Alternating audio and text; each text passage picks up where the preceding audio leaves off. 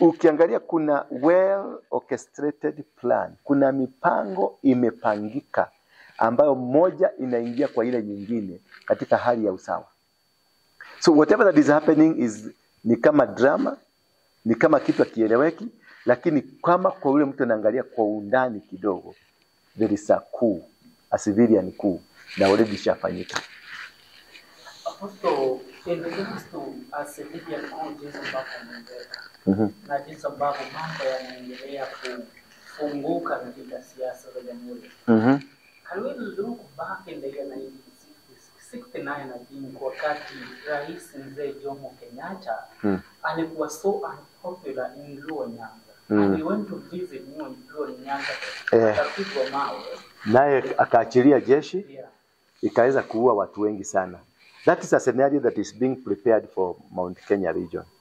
And many other regions zimeprepariwa for different things. Sasa ukisikia Al-Shabaab wamegonga Garissa, wamegonga Kiunga, wamegonga Lamu, Mount Kenya na yeye ikuwe nayo na tamu ili watu watoke kwenye barabara, Nairobi nayo kukuwe na maandamano, na Kisii kutokea kitu kingine, huko Eldoret kutokea kitu kingine, itakuwa imerahisisha kutangaza state of emergency. So in a nutshell, kwa maono yangu na kwa mwangalio wangu, Kenya is being prepared for a state of emergency. Maana state of emergency ikiingia, itafanya hakuna uchaguzi tutafanya, ambao ndio wanatafuta sana kusifanyike uchaguzi. The founder and the leader of Crusaders for Christ, or rather the synagogue here in Nairobi. I'm based at the Coffee Plaza. Coffee Plaza is just next to the railway station, away from just off the Hillsrus Road. And we fellowship here from Monday to Sunday. And I'm the lead pastor in this institution. Therefore, I want to welcome you for this podcast and to thank you for having me in here. So, could you mind to ask any question or niendelee? Apostle, first of all, tunaweza taka kukuuliza tuanze na siasa. Tour of the president in the Mount Kenya region. Maoni yako kuhusiana na ujio wa rais katika eneo la Mount Kenya? Yeah, kwanza kabisa anaitwa President William Ruto. He's a president of the Republic of Kenya. Si president wa maeneo fulani ama eneo fulani, ni rais wa taifa. Kwa hivyo anaruhusiwa na sio atakuruhusiwa. Yeye ndiye ameambiwa alinde maisha ya Wakenya, alinde katiba na aendeleze mipango yote ya maendeleo katika taifa. Kwa hivyo mwanzo kabisa tunachokiangalia hapa, yeye ni rais, si eti anafanya kampeni. Hata kama anafanya kampeni, tuko na uhuru wa kutembea mahali popote. Kwa hivyo langu la muhimu sana ni kuangalia, si kuangalia kwenda kwake, maana hakuna mtu anaweza kumzuia kwenda kwake, maana ni rais wa taifa. Kila kitu nacho na kiangazia nyuma, because mimi sipendi kuangalia the face value, na angalia the kiini cha kila kitu ambacho kinafanyika. Ukiangalia juzi tu amekuwa Nairobi, amezunguka Nairobi akifanya kampeni zake. Alianza Eastleigh, akaenda upande wa Eastland, akaenda Westland, akaenda Northland, akaenda Southland. Wote kule uliona kulikuwa na trail ya machafuko fulani, vijana waliopigana, walioiba, waliovunja vitu za watu, na biashara nyingi za watu zikaharibika. Na the whole thing imekuja baada ya yeye kusaini mkataba pamoja na Raila eti ya kwamba wameungana. So kiini cha mambo hayo yote, what could it be? Ni kwa nini kumekuwa na vijana wanafuata? Wengine uliona walienda na pikipiki mpaka State House, walikuwa wameenda kudai. Juzi pia umeona, ni jana ama ni juzi, wabunge, magavana, maseneta wote walikuwa State House kuzungumzia jinsi atakavyoingia kule nani Central Mount Kenya. Hayo yote ni mazuri na kubarika, na sioni kwa nini tunaweza kumzuia ama kuna mtu anaweza kumzuia kwenda mahali popote, maana nchi ya Kenya ni nchi huru ambao utakuta kuna Wasomali, kuna Wakamba, kuna Waluya, kuna Wajaluo wote. Ukienda Central, Murang'a, Nyeri utawakuta. Ukienda Kisumu utakuta Wakikuyu wako kule, utakuta Waturkana wako kule. This is a nation of Kenya, and we are bound by the nationalism We are bound by oneness. We are bound by that this is a nation called Kenya. Now Kenya is a blessed nation. Kwa hivyo, what I'm looking at, because I hear they are preparing to heckle the president, or to even disrupt the convoy. It would be very unfortunate. And ningesihi tu anybody, any politician, any businessman, mtu yote mwenye ako na beef na Ruto Mount Kenya, tusifanye venye wengine wamefanya. Tusifanye kwa sababu alimpiga Gachagua, akamuondoa kwenye deputy president, akamfanyia yote aliyomfanyia. Na ubaya haulipi kwa ubaya. For you to show this world that you are mature people, na kuwaonyesha ya kwamba mnastahili, na nyinyi ni watu wa maana, na nyinyi ni watu wanaojielewa na kujua jinsi demokrasia, and because tulipatia Wakikuyu walimpatia Ruto 4 million votes, wakampatia Raila 1 million votes, that's 5 million votes, meaning walipenda watu wote. Kwa hivyo tuishi katika njia hiyo. Tusikue kuna kijana atakayerusha mawe, maana kuna mpango umepangwa na kikosi cha Ruto kutokea machafuko eti kwa sababu Ruto amerushiwa mawe, Ruto amepingwa, Ruto amefanyiwa jambo fulani, ndio iwe sababu ya kuzoa michafuko katika taifa. Kwa hivyo it might be a presidential plan, a presidential tour to the central part of Kenya, but kuna watu ambao wapenda maovu, ambao wanaweza kutaka kuona mtu wa Mount Kenya ameumia kwa sababu ya mfumo na uangalizi wake katika siasa. So it is very important for us, kama watu from Mount Kenya, let him come. Akifika mpigieni makofi. Na kwa sababu nasikia wako na pesa nyingi wanaenda wakipatiana, make sure you ask for, wewe si mtu wa shilingi 5,000, mwambie akupatie shilingi 20,000. Na nasikia wanakomboa motorbike inabeba watu watatu. Wewe mwenye motorbike ask for 30,000 because kuna loan unalipa, na hao wengine ambao wanabeba waitishie shilingi 10,000. At least motorbike moja inabeba kitu ngapi? 20 na watatu 10,000, that's 50,000. That's good because they have money. So ask for something that is going to help you. Then number 2, let us be mature. Tuonyeshane the politics of maturity, politics of soberness, and the politics of love. Let that who did you wrong, show him love. Whoever that abused you, show them love. Whoever that did against you anything, show them that you care and you love your nation. Wacha tumuone tu apite, mpigeni makofi yake, akisha ondoka.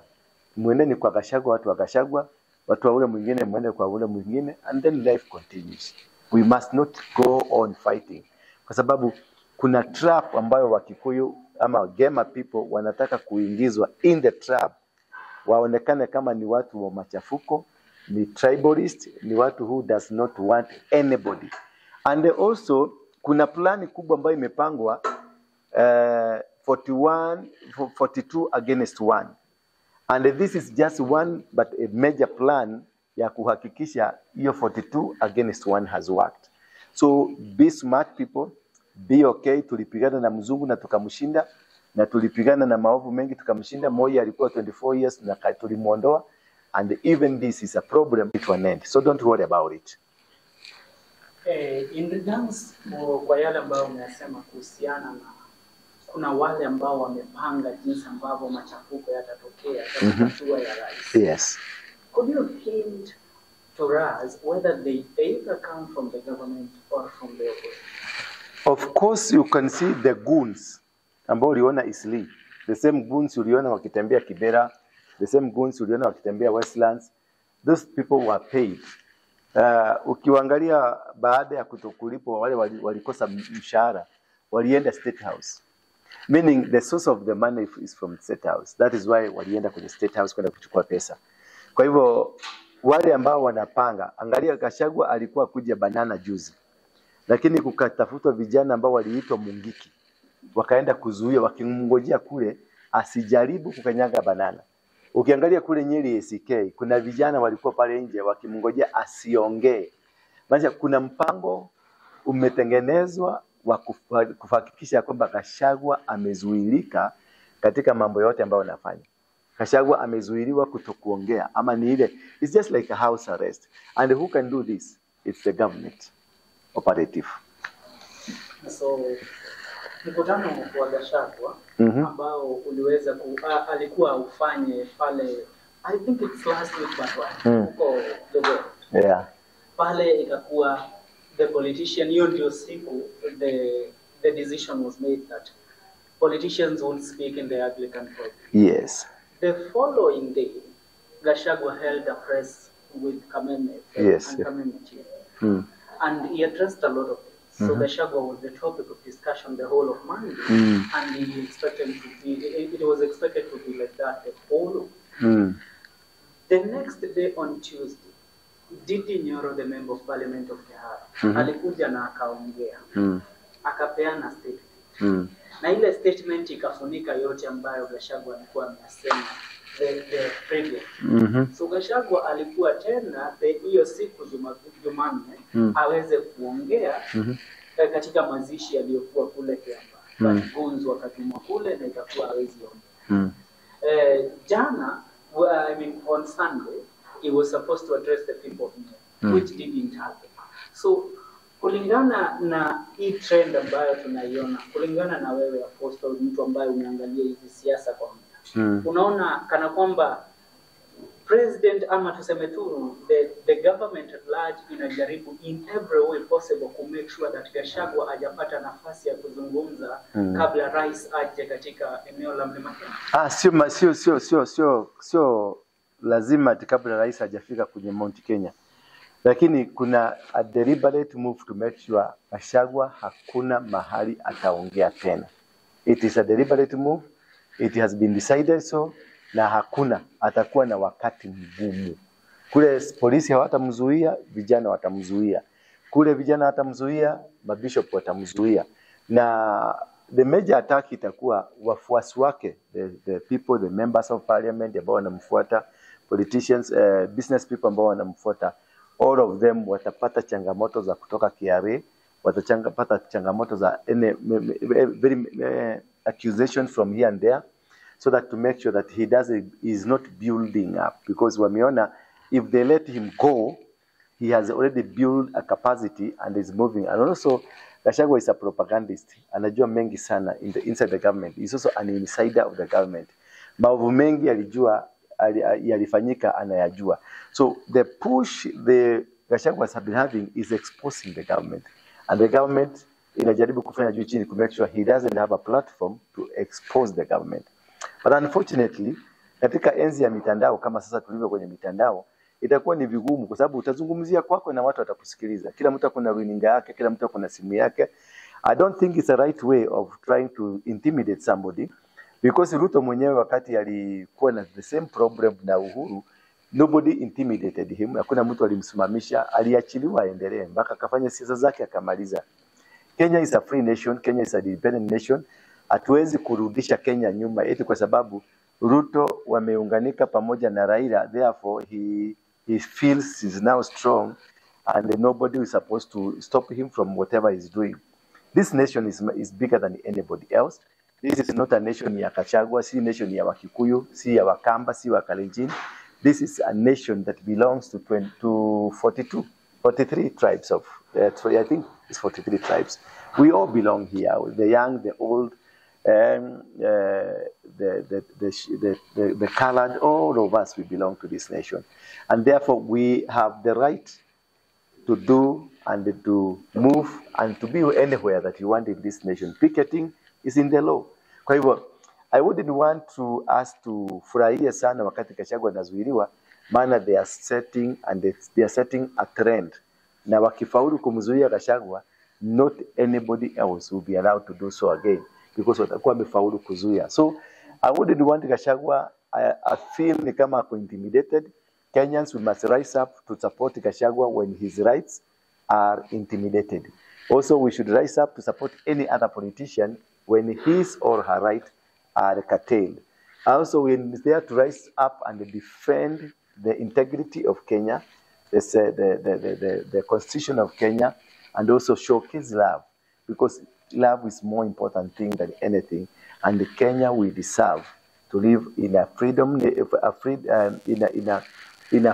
are a free nation that loves, that has got love, and all Kenyans are one. Therefore, we enjoy the same constitution, we enjoy the same fruits, we enjoy the same desires of being a Kenyan, and we are happy and proud of being Kenyan. So everybody must be let to do, as long as it's within the law. Let us do, let us support them. Let us go to every person's meeting. Kama ni ya Gachagua tu, let's attend all of us. Hata kama akienda Kisumu, all laws, muende huko muateni mumusikilize. Ruto akienda Murang'a, kila mtu aende huko. Aende amsikilize. Kila mtu ako na maoni, labda ako na kitu kimoja. Huwezi kuwa mjinga 100%. You have something. Hata kama ni kitu kimoja kanaweza kusaidia nchi. Apostle, in regards to the government, Jews, I think it was on Sunday when an attack happened at a Garissa police station, police service camp, ambapo tunaarifiwa ya kwamba over 6 police officers were killed that day by Al-Shabaab. Yes. It has been like a trend. Before the Garissa attack, tulikuwa na invasion nyingine Lamu, ambapo Al-Shabaab militants walisemekana wameinvade Lamu. And also yesterday, another attack happened and another police officer was killed by the Al-Shabaab. Now, in this era of President William Ruto, and with this time that we have all received the news that the borders were opened in one way or the other for the people to come in, and also the identification process, vetting process was removed in the northeastern part of it. Yeah, what it is, that's why I'm for warning Kikuyus, more especially the Mount Kenya people.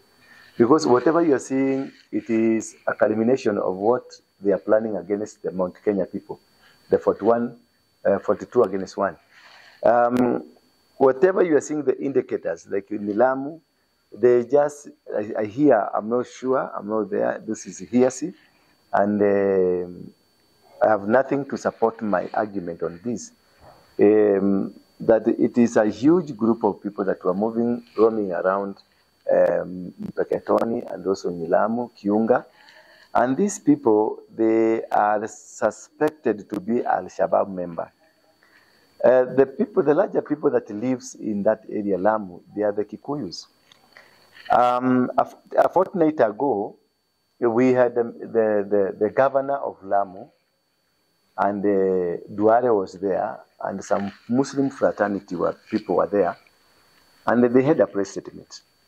And they launched it from the KICC. And then you see what is happening in the DRC.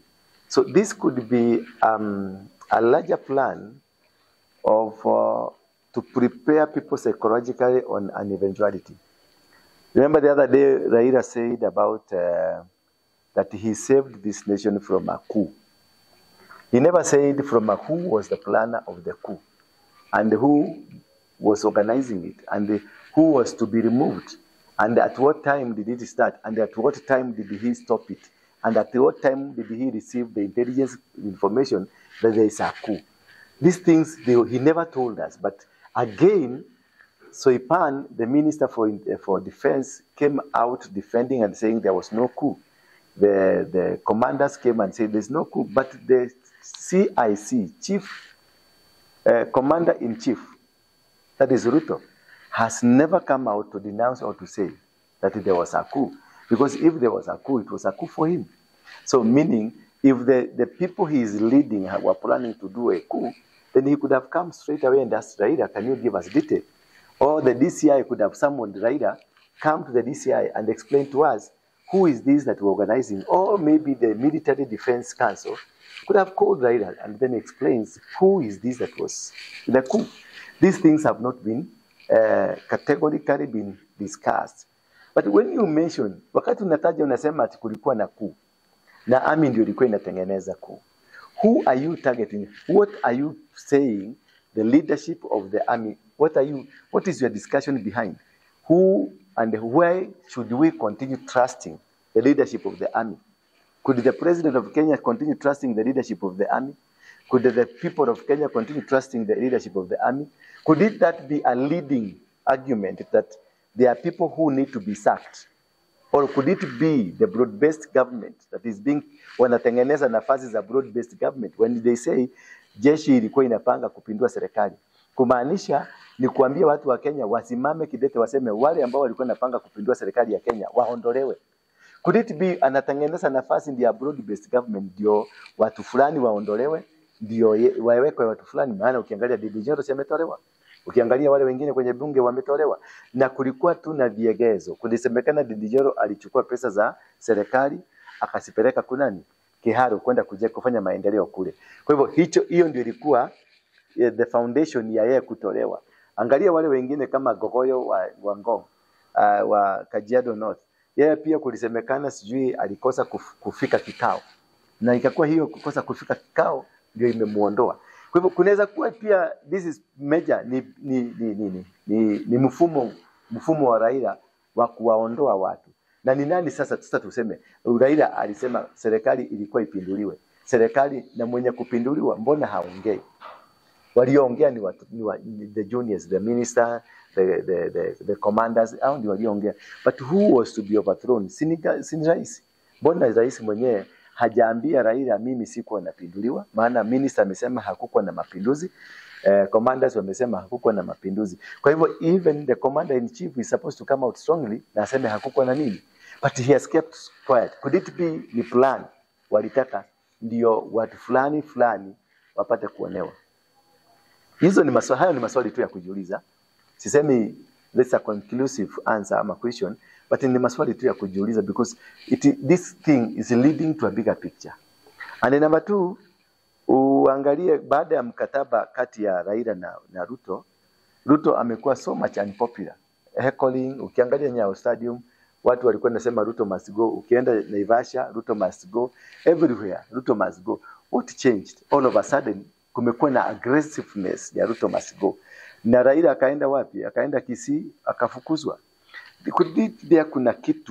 Kuna mchango fulani ambao unachangiwa na watu ama kikundi fulani cha kusababisha Kenya kukuwe na tangazo la hali ya hatari.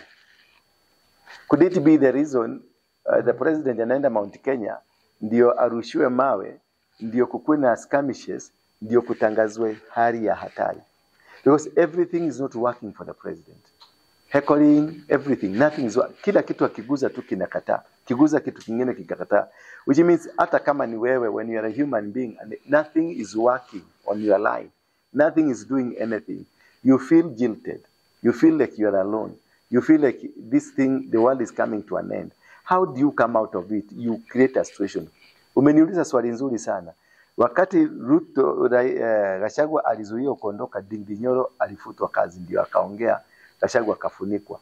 Could it be this is a larger part of the organization capacity ya kuhakikisha ya kwamba one thing is leading to another? Kama sasa Nyeri, watu waende Nyeri, Murang'a, kutokea vurugu watu wapigwe, kisha it will be blamed on somebody. Then watasema Gachagua alituma goons wakashambulia the president. Could it be is a major plan ya to make sure that the Mount Kenya region is isolated? Once it's isolated, then usemekane Gachagua alizuia maendeleo yasikuje kwenu and this is a bad man. So these are many things ambazo tunafaa kujiuliza ama mwana Kenya jiulize. Could it be kuna kitu ambacho, kuna mchango fulani wa kitu, kuna mchakato fulani ambao unaendelea, ambao umejificha, ambao umetengenezwa na majasusi ya kufanikisha agenda fulani? Maana kumekuwa na gumzo ya kwamba kunaweza kuwa na state of emergency, kumekuwa na gumzo ili kusemekana kuna jambo fulani. Alafu tena ukiangalia ni kama Raila amechukua ushukani kabisa. Ameuchukua despite that Ruto ndio president, ni kama sasa Raila ndio anasema. Maana ukimwangalia jana majuzi walikuwa na ambassador wa China. Walipokuwa na ambassador wa China, Raila was flanked by a minister. Katika mkutano ule alikuwa na minister Treasury. wa treasury in a private office with an ambassador wa a country. Hiyo ni ishara mbovu sana. Yes, unaweza kumwalika ambassador yote kwako, lakini is not supposed to be franked by the minister. It means once you are franked by the minister of a state or of a country, ni kama the man who is franked, ama sasa Raila is the president, and he was there in the capacity of a president operating from a private home. That is that's ukiangalia in the protocol ya maendelezi ya kiserikali, if Raila was there, the ambassador was there, franked by the minister of a government, that is an official meeting. That is a presidential meeting. And therefore, Raila, or for that matter, in a private office, he is running the nation. He is controlling everything. He is manipulating all manner of things around the country. However, who is ruling the country? It is not Ruto. It is who? And see what has happened. He has been able to remove, ameondoa wenyekiti wote wa vikundi kule bungeni. Ameondoa kila wote waliokuwa ambao hawampendezi Ruto, wameondoka. Ma PSS wengine wamefutwa, wengine wa Raila wamewekwa. Ukiangalia kila kitu kuna changes, na ndio naona nashuku sana statement yake ya kusema kulikuwa na coup. Maana labda kuna watu wanataka kuondoa.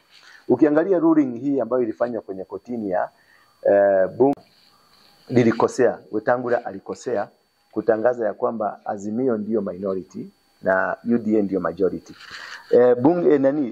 Court of Appeal imeweza kudhibitisha ya kwamba Wetangula alikosea. Meaning Wetangula kama alikosea, amevunja sheria. The next clerical call ni kwamba Wetangula umevunja sheria, ondoka. Namba 2, watadhibitisha koti, amri ya koti ifanyike. Na kufanyika kwa amri ya koti ni nani aondoke? Ishongwa aondoke, Junet Mohamed achukue ushukani. Umenielewa sasa? So ukiangalia kuna well orchestrated plan. Kuna mipango imepangika ambayo moja inaingia kwa ile nyingine katika hali ya usawa. So whatever that is happening ni kama drama, ni kama kitu kieleweki, lakini kama kwa yule mtu anaangalia kwa undani kidogo, there is a coup, a civilian coup, na already shafanyika. Apostle, in regards to a civilian coup jinsi ambavyo umeeleza, na jinsi ambavyo mambo yanaendelea kufunguka katika siasa za jamhuri. Can we look back in the year 1969 again, wakati Rais Mzee Jomo Kenyatta alikuwa so unpopular in Luo Nyanza. And we went to visit Luo Nyanza, akapigwa mawe. Naye akaachilia jeshi, ikaweza kuua watu wengi sana. That is a scenario that is being prepared for Mount Kenya region. And many other regions zimeprepariwa for different things. Sasa ukisikia Al-Shabaab wamegonga Garissa, wamegonga Kiunga, wamegonga Lamu, Mount Kenya nayo ikuwe nayo na tamu ili watu watoke kwenye barabara, Nairobi nayo kukuwe na maandamano, na Kisii kutokea kitu kingine, huko Eldoret kutokea kitu kingine, itakuwa imerahisisha kutangaza state of emergency. So in a nutshell, kwa maono yangu na kwa mwangalio wangu, Kenya is being prepared for a state of emergency. Maana state of emergency ikiingia, hakuna uchaguzi tutafanya, ambao ndio wanatafuta sana kusifanyike uchaguzi. In regards to the politics, regional politics, umeona katika eneo la Mulembe Nation, yale ambayo yalikuwa yakiendelea. There is a new form ambayo inaitwa Tawe Movement, ikiongozwa na George Natembeya, gavana wa Trans Nzoia. Na kulingana na numbers za siasa na numbers za in terms of voting and all that, Mulembe Nation is the second after the Kikuyu Nation, after the Mount Kenya. So, what is your take in regards to Mulembe Nation as a whole currently, like different? No, Mulembe Nation, you will only be sure ukihesabu kura yako. You can only be sure with them ukihesabu kura yako. Kwa sababu hebu angalia this scenario. Sifuna ni Mluya na alichaguliwa akakuwa senator wa Nairobi. Naye Johnson Sakaja ni Mluya akachaguliwa kuwa governor wa Nairobi. How comes from different perspectives, huyu ni ODM na huyu ni UDA, lakini wamefaulu kuchagua kabila moja?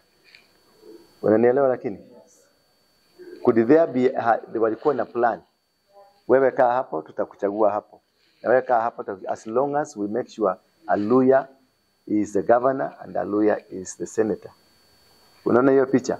Kwa sababu waliompigia kura Sakaja ndio waliompigia kura Sifuna, because Sakaja alikuwa na senator wa UDA lakini hakupata kura, naye upande ule mwingine kulikuwa na governor naye hakupata kura, lakini it's like there was a formal agreement kwa wazee wa Kiluya, let us put our own, wherever party you are, let us put our own.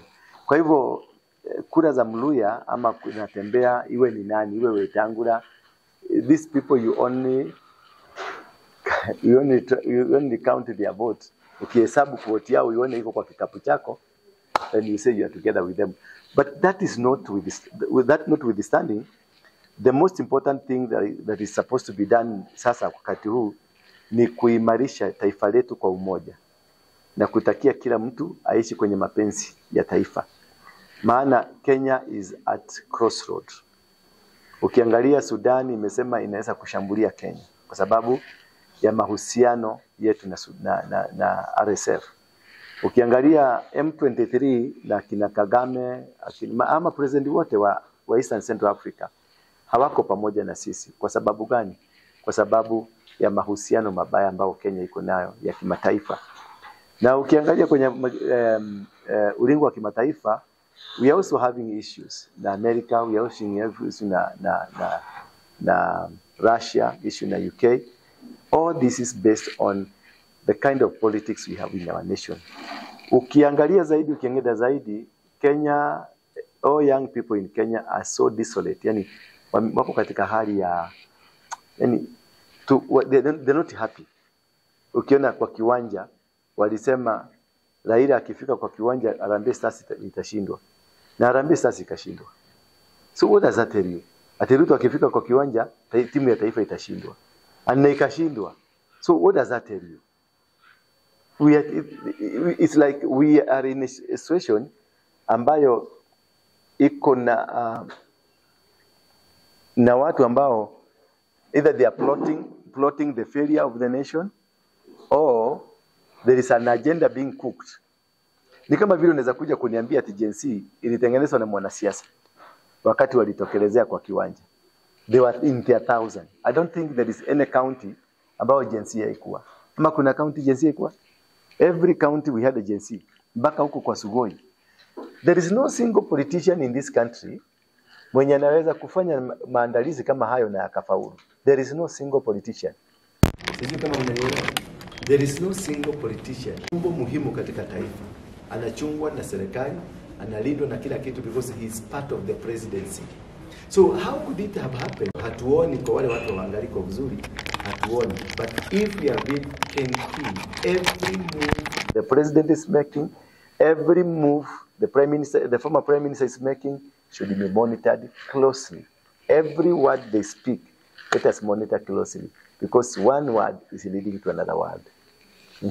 Kabla ya kumalizia story ya Raila Amolo Odinga, there is a looming cabinet reshuffle. And Raila Amolo Odinga anahitaji kuongezwa more seats or more cabinet secretary. And according to our understanding, most of the cabinet secretaries that must be demoted, or those that might be relieved their duties, most of them are believed to be coming from the government. Yeah, of course, that's why nilikwambia tulipoanza that there is a deliberate move to cause the Mount Kenya people to be angry.